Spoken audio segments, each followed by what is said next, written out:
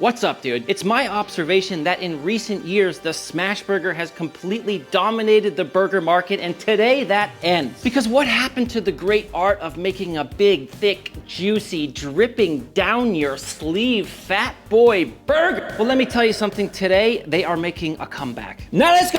Now to start this burger, we're gonna be making some caramelized onions, and for this, I love to choose yellow onions instead of sweet. I do this because I truly think the flavor is better and they're not overly sweet. Sometimes when you're working with sweet onions, they can get super sweet, too sweet. And not just that, but they will break down so much and become really mushy, whereas these yellow onions will really hold their texture. And to cut up the onions, I recommend you just slice them in half and then make a V cut on the root end before slicing across. On another note, if you feel comfortable, you should definitely slice in on an angle like this so you retain that perfect julienne shape. And then as you slice through here, as I'm coming up to the middle of this, I'm slowly straightening out my knife. And when you get to this point, you wanna go ahead and flip, and you're gonna repeat that process. This is just gonna give you a better shape, although it does take a little bit more skill and is a little bit more dangerous. So if you don't wanna do that, no worries. And by the way, if you don't yet own a bench scraper, this is one of the best tools you can have. Literally just to move food around on your board like this, it is a game changer, okay? The thing I chop on right here is actually a butcher block from Home Depot, so I just love having that real estate and being able to use this. It is awesome. Link in description. Then I'm just gonna take a pot on medium heat. I'm gonna throw in some unsalted butter, and here's a little trick for you to take to the bank. I'm using 3 large yellow onions, 3 tablespoons of unsalted butter, and 2 tablespoons of neutral oil. This is just avocado oil. You could use another one. And so we're gonna cut that 3 tablespoons of butter with 2 tablespoons of oil, and what this does is allow us just to make perfect caramelized onions, but without having to worry about the butter burning too quickly. You can think of it as a fail-safe, like if you forget to stir the onions, that oil is gonna help it from not burning. I've got my heat on medium-high, and I'll explain that heat in a second. Straight in with our onions, and about a teaspoon of salt. We'll just give this a good stir, and away she goes. The reason the heat's on medium-high is literally just to get this process started. You will see a lot of chefs recommend starting on this high heat. It's just to jump-start the process, because if I were to start this on low heat where it should be cooking, it would take maybe 10 minutes to get up to temperature. But now starting on medium high, it's already up to temperature, right? So now I can turn the heat down to low after about just 2 minutes, and it's just literally accelerating our cooking time, right? It's the same idea as making a brine, and then instead of cooling it down all the way, just using half ice to cool it down so you don't have to wait. It's just that kind of thinking. And with the onions, you can stir them every 15 minutes for the first hour, but after that, I would really start stirring them more frequently, because in the last stages of cooking, it's very easy for them to burn. So just make sure you stir it every 5 minutes in the end of the cooking process. And after about an hour and a half, you can see our onions are almost done. Little trick you can do if you see too much fat in there, because they do break down a lot. Just take a paper towel and just dip it in like this, and you'll really get all that oil out without wasting any onions. And with the onions here for the last 10 minutes, I do not walk away from them. I even turn up the heat just a tiny bit, and I take them right where I want them. To me, this looks really good. I'm gonna pull them off right here. Now, in order to make a truly great burger, you need a truly great piece of cooking equipment like this carbon steel griddle from Maldon Cookware, who is the sponsor of today's video. I've actually been using their products for years and years now, long before they ever sponsored this channel, and they've become true essential pieces of equipment to use in my kitchen. Maldon also partners with the best raw material providers and multi-generational manufacturers in the US, France, UK, and Italy to build superior kitchen products. And you don't have to just take my word for it. Maldon's cookware is used in multiple 3 Michelin star restaurants like Alinea in Chicago and La Bernardine in New York City. And their carbon steel griddle is one of my favorite go-to products, and especially in the summer. Because it offers a large cooking service, it's easy for me to prep more food at once or cook for multiple people. And the versatility of this griddle is really what makes it so special. You can take it outside, you can use it on the grill, you can take it inside, over the stove, in the oven, over an open flame, wherever you want. And it's ideal for a wide range of dishes. You want to pop it on the stove for breakfast, put on some pancakes, some bacon, some eggs. You can do it all on one plate. For lunchtime, you can bust out some grilled cheese, some quesadillas, some burgers. And then for dinner, you can do steak, chicken, pork chops, basically anything you can throw at this thing, it can handle. I also love that the griddle is pre-seasoned and naturally non-stick, so you can use it right out of the box. Get ready for some epic summer griddling, and you can check out the carbon steel griddle as well as Maldon's other cookware by clicking the link down in the description to save on your order. Thank you, Maldon, for sponsoring this video. Now let's get back to the recipe. I'm about to literally ruin your day, because do you know how British people say the word schedule? They say schedule. And speaking of schedule, the next thing on it is to make some homemade mayonnaise. If you don't want to make mayonnaise, you can literally just mix mayonnaise with some Dijon and that will do. But here's how you make it. I think this really sets it apart, but it's up to you to decide for yourself. I'm starting with 1 whole egg, about a tablespoon of water, and 2 cloves of fresh garlic, roughly chopped. Lid on and blend. And after about a minute of blending, you see how it really transforms from this yellow color to this almost just sort of off white color. It's also volumizing and getting a ton of air in there because I prefer a light, fluffy mayonnaise. I don't like thick, heavy aiolis. It's not really for me. Next, I'm adding 2 teaspoons of white wine vinegar and about 1.5 teaspoons of fresh lemon juice, a little over a half teaspoon of salt. At this point too, we're gonna add in our Dijon. I'm doing about 1.5 to 2 tablespoons. Now we're gonna put the lid back on and begin blending in avocado oil. And the last thing I'm gonna do is stream in about 1.5 to 2 tablespoons of olive oil. You wanna do this last because over-blended olive oil can get bitter. In it goes.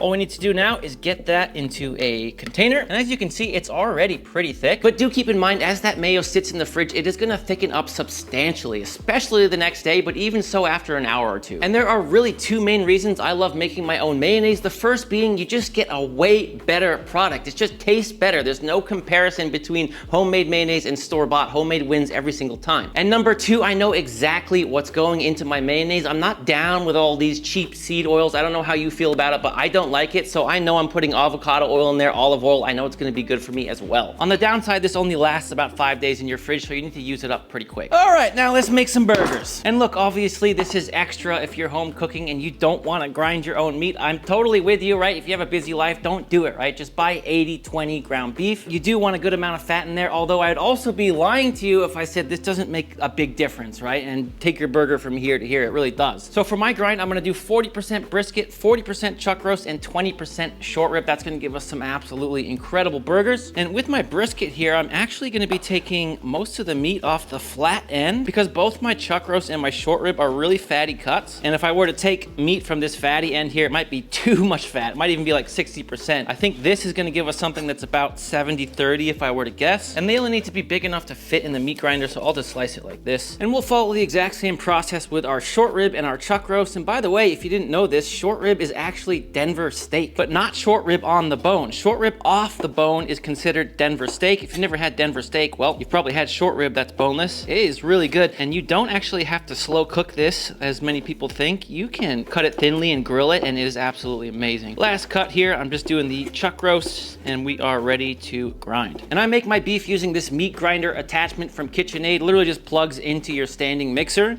So if you have a standing mixer and you want to get into this, you can literally just buy this attachment. I'll put a link for this one underneath the video. And you want to leave it in the freezer for at least 30 minutes before you start grinding your meat. You want everything to stay cold when you're grinding meat. You don't want this to warm up at all and the fat will start to change. It's not good. It can also be really helpful to have a bowl of ice water with another bowl on top that'll keep your beef cold as you grind it. And then with the speed a touch over medium, we'll just start grinding it through.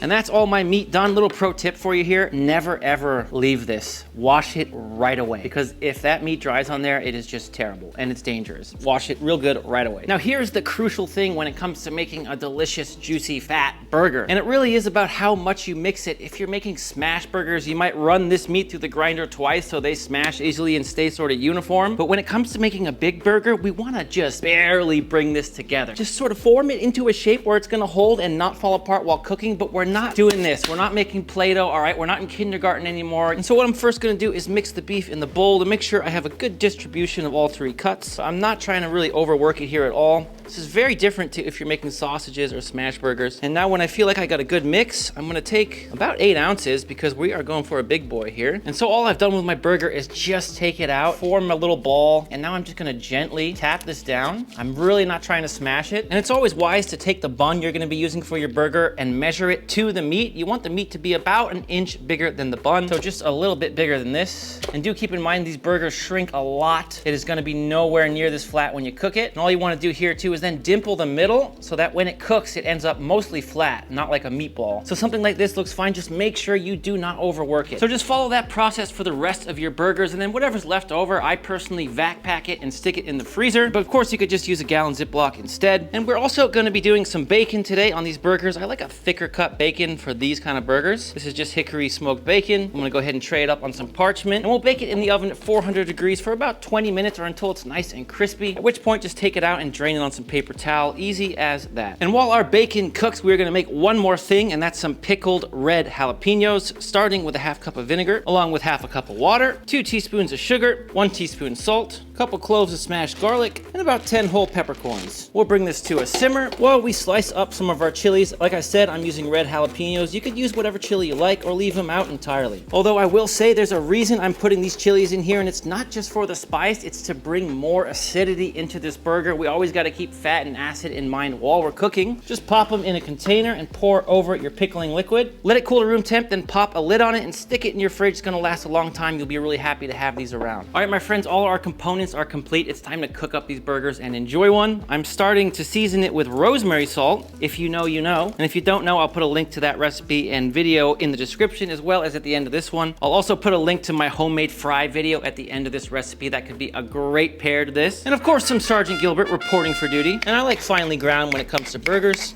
And then I like to go ahead and just use that parchment to carefully flip over our burger and do the other side now. Because I'm using rosemary salt, I don't want to season the other side when it's on the griddle, because the herbs in here will hit that griddle and possibly burn. So I'm gonna season it here, along with a good hit of pepper, and we're ready to cook. Now, when it comes to cooking these things, there's not much equipment on earth that is gonna give it a better sear and crust than a carbon steel griddle, and this one from Made in Cookware is my absolute favorite. You've probably seen it on social media because it's gone viral, because it's awesome. And I really recommend you leave this griddle on the stove for about 5 minutes to preheat, as it's a big, thick piece of metal and it can only do it a lot of good. Then just put down a little neutral oil, although I'm using beef tallow because I have some on hand and that's only gonna make it beefier. Then all you need to do is cook your burgers on the griddle for about 3 or 4 minutes on the first side before flipping and following the same process, because I want these burgers to come out sort of between medium and medium well and just be nice and pink throughout. To finish the burgers, I'm putting on some Gruyere cheese and melting it under the broiler for just about 30 seconds. At which point then I'm gonna remove the burgers to rest while I turn down the heat on the griddle and toast off my brioche buns. And that's it, my friends. When your buns are nice and golden brown, it's time to build up a burger and give it a taste with Marcus.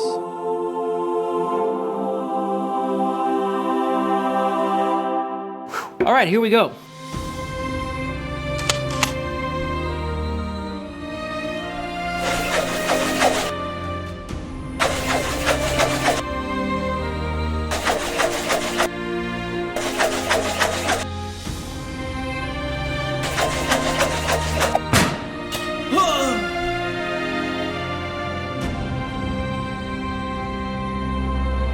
Whoa, that's crazy.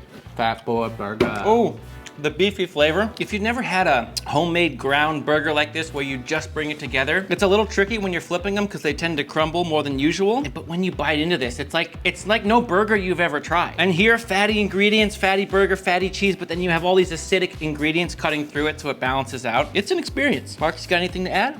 This is great. Oh yeah, let me guess, your smash burger, you put 2 patties, you put American cheese, you put secret sauce everybody knows the secret about. Grow up! Big boy burger time. Big boy burger Because you're a big boy. Make it. Thanks for watching today, my friend, and if you're a fan of written recipes, definitely check out my Master in the Making ebook. That'll be linked in the description. It has 55 of my personal favorite recipes. They are all winners. You'll also find a link to my gaming channel down there, and if you want to keep learning today, here is a link to those fries as well as the rosemary salt. These are both gonna go so good with that burger. Until next time, you know I love you and I'm out!